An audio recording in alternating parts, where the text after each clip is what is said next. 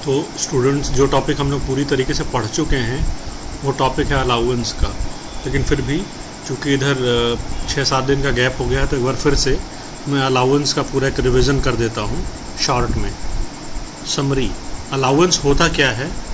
Allowance income tax purposes के लिए समझा जाता है कि आपकी सैलरी के साथ आपको कोई दूसरा पेमेंट कैश में मंथली या मंथली बेसिस पे मिल रहा है, अदर देन सैलरी होना चाहिए। मतलब कंडीशंस क्या है? जो पेमेंट आपको मिल रही हो अदर देन सैलरी हो, और वो भी पेमेंट किस में हो? कैश में हो, और मंथली बेसिस पे मिल रहा हो। अगर ये कंडीशंस फुलफिल करते हैं तो अमाउंट अलाउंस माना जाएगा। इनकम टैक्स के पॉइंट ऑफ व्यू से अलाउंस 3 तरीके के होते हैं: टैक्सेबल, एग्जेम्प्ट और exempt up to specified limit, मतलब कर योग्य, कर मुक्त और एक सीमा तक कर योग्य। आइए एक एक करके हम लोग तीनों देखते हैं। टैक्सेबल अलाउंसेस, डीए, कोई भी काम करता है तो सैलरी के साथ उसको जितना डीए मिलता है ना, वो डीए पूरी की पूरी तरीके से टैक्सेबल होता है। उसी तरीके से कोई सिटी कॉम्पनसेटरी अलाउंस मिलता है, कोई नगर क्षतिपूरक भत्ता मिलता है तो पूरी तरीके से कर योग्य है। फिक्स्ड मेडिकल भत्ता मिलता है, अगर फिक्स्ड, इसमें शब्द ये ध्यान दीजिएगा, फिक्स्ड मेडिकल अलाउंस, तो पूरी तरीके से टैक्सेबल है, कर योग्य है। उसी तरीके से सर्वेंट अलाउंस मिलता है, आपको सर्वेंट रखने के लिए अलाउंस दिया गया है, भत्ता दिया गया है, तो पूरी तरीके से वो कर योग्य है। नॉन प्रैक्टिसिंग अलाउंस दिया जाता है सरकारी डॉक्टरों को कि भैया प्रैक्टिस मत कीजिए तो उसके बदले में आप अलाउंस लीजिए, और वो अलाउंस पूरी तरीके से टैक्सेबल होता है।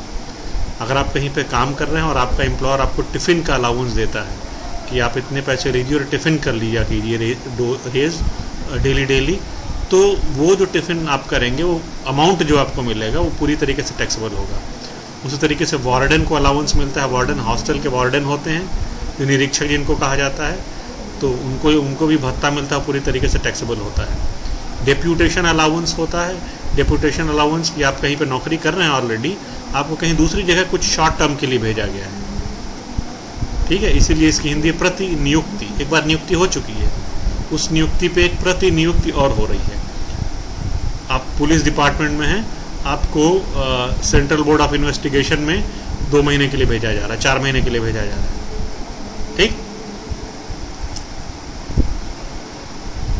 पूरी तरीके से टैक्सेबल होगा। हिली एरिया अलाउंस पूरी तरीके से टैक्सेबल होगा। ओवर टाइम अलाउंस पूरी तरीके से टैक्सेबल होगा।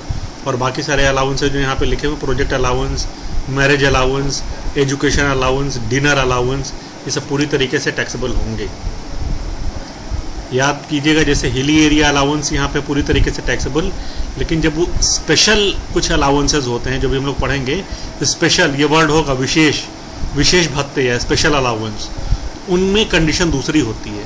उनमें central board of direct taxes ने कुछ लिमिट दी हुई है, लेकिन फिर उसके नाम के आगे स्पेशल लगा हुआ होगा।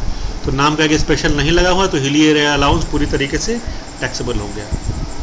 अब देखिए, exempt up to specified limit, HRA होता है। House rent allowance, house rent allowance होता क्या है? अगर आप किसी मकान में रह रहे हैं, अपने एम्प्लॉयर द्वारा प्रदत्त कोई मकान है, अपने एम्प्लॉयर द्वारा दिया गया कोई मकान है जिसमें आप रह रहे हैं, तो उसके लिए वो आपको हाउस रेंट अलाउंस देता है।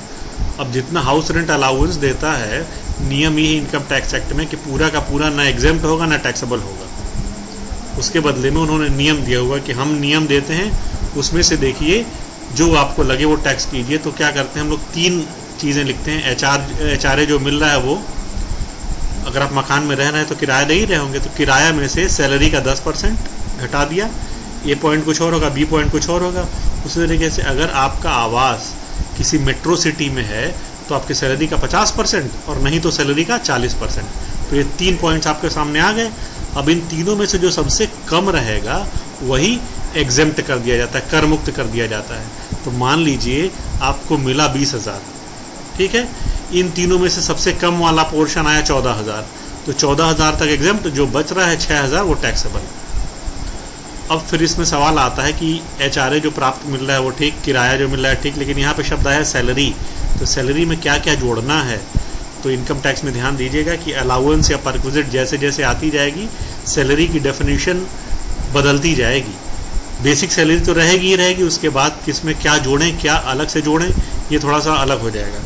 जैसे HRA के लिए जब हम लोग सैलरी कैलकुलेट करते हैं तो एचआरए के लिए सैलरी में बेसिक सैलरी होती है, बेसिक सैलरी के साथ ही डीए होता है। वो डीए अगर सैलरी का पार्ट हो तो, और साथ में कमीशन होता है, लेकिन कमीशन टर्नओवर का परसेंटेज हो। ये 3 चीज़ें आप ध्यान दीजिएगा, ठीक है। जैसे ये एग्जाम्पल दिया हुआ है, ये एग्जाम्पल आप पढ़ सकते हैं, पीडीएफ फाइल मैंने भेजी हुई है, पीडीएफ फाइल से आप पढ़ सकते हैं। अगर कोई कर्मचारी अपने ही आवास में रह रहा है या किसी ऐसे आवास में रह रहा है जिसका कोई किराया ना देना पड़ रहा हो, तो उस दशा में उसका एचआरए पूर्णतया कर योग्य या टैक्सेबल होगा, ठीक। ये वही चीज़ है, उसी कंडीशन को मैंने लिखा हुआ है।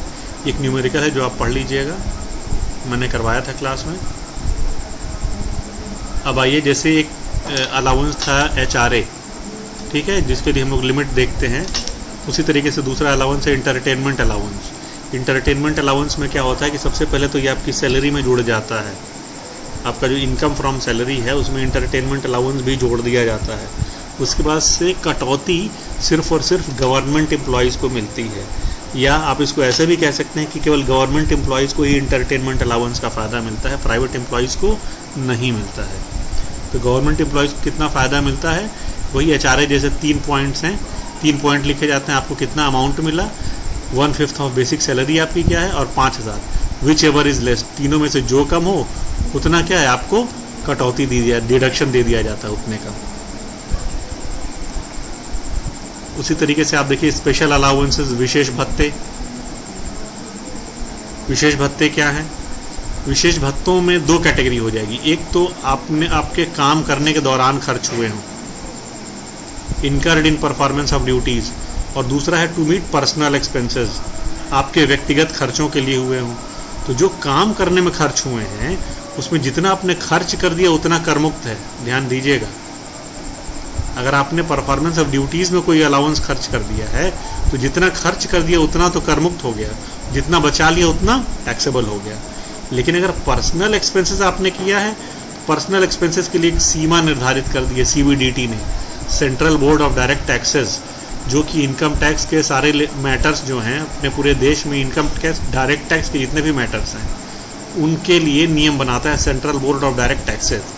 Central board of direct taxes ने लिमिट बता रखी है कि ये बी पार्ट जो है, बी के लिए लिमिट क्या क्या है।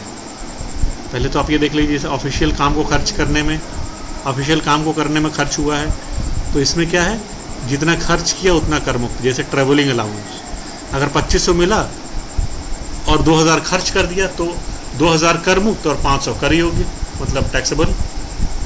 ट्रेवलिंग अलाउंस मिलता है किसके लिए?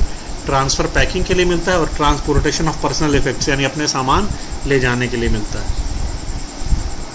डेली अलाउंस, दैनिक भत्ता, अगर आप ऑफिस के लिए कहीं जा रहे हो काम करने, ठीक ना, अपने ऑफिस के काम से कहीं बाहर हो तो आपको डीए मिलता है, डेली अलाउंस। कन्वेंस अलाउंस, घर से ऑफिस जाने के लिए। हेल्पर अलाउंस, सहायक भत्ता, अधिक कार्य होने पर कभी कभी आपको एक हेल्पर दिया जाता है, उस हेल्पर के लिए अलाउंस मिलता है। शोध कार्य को प्रोत्साहित करने के लिए प्रोफेसर्स को दिया जाता है यूनिफॉर्म अलाउंस। ये पूरे के पूरे 6 अलाउंसेस जो हैं ये क्या होते हैं, जितना आपने खर्च किया उतना एग्जेम्प्ट, और जितना बचा लिया वो टैक्सेबल।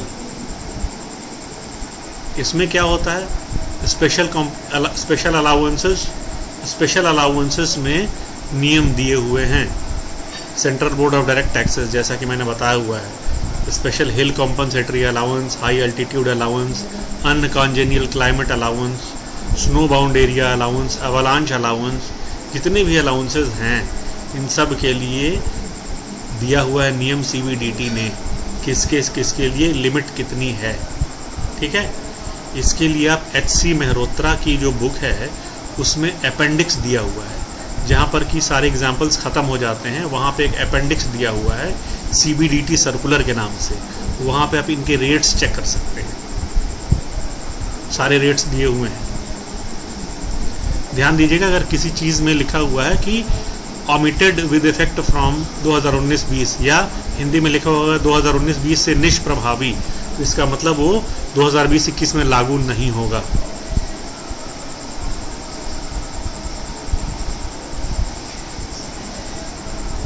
ठीक है, ये सारे अलाउंसेस वही हैं जिनके लिए CBDT ने नियम दे रखा है।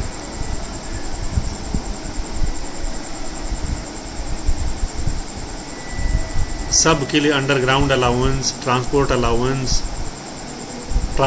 में पहले 1600 का नियम चलता था, अब 1600 हटा करके 1600 और 3200 दोनों का चलता था, अब 1600 हटा दिया है, केवल 3200 रखा है। और वो 3200 केवल गूंगा, बहरा और अपंग होने पर ही मिलेगा, एम्प्लॉय के गूंगा, बहरा और अपंग होने पर। एक बार मैं फिर से आपको बता रहा हूँ कि ये जो रेट्स हैं, रेट्स यहाँ पे, यहाँ से जो शुरुआत है, थर्ड का बी, नोट्स में जो थर्ड का बी है, ये इसके लिए आप HC मेहरोत्रा की बुक का अपेंडिक्स एक बार चेक कर लीजिए, जिसमें CBDT के रेट्स दिए हुए हैं। ये सारे के सारे अलाउंसेस का रेट्स वो वहीं पे आपको मिल जाएगा। ठीक, इसी तरीके से आपका अलाउंस टॉपिक ख़त्म होता है। अगर इसके बाद भी कोई कन्फ्यूजन हो तो आप मुझे तुरंत पूछिएगा। आप व्हाट्सएप पे पूछ सकते हैं, आप कॉल करके पूछ सकते हैं, जैसे भी पूछ सकते हैं। और बाकी ये PDF फाइल मैं आप लोगों को भेज देता हूँ।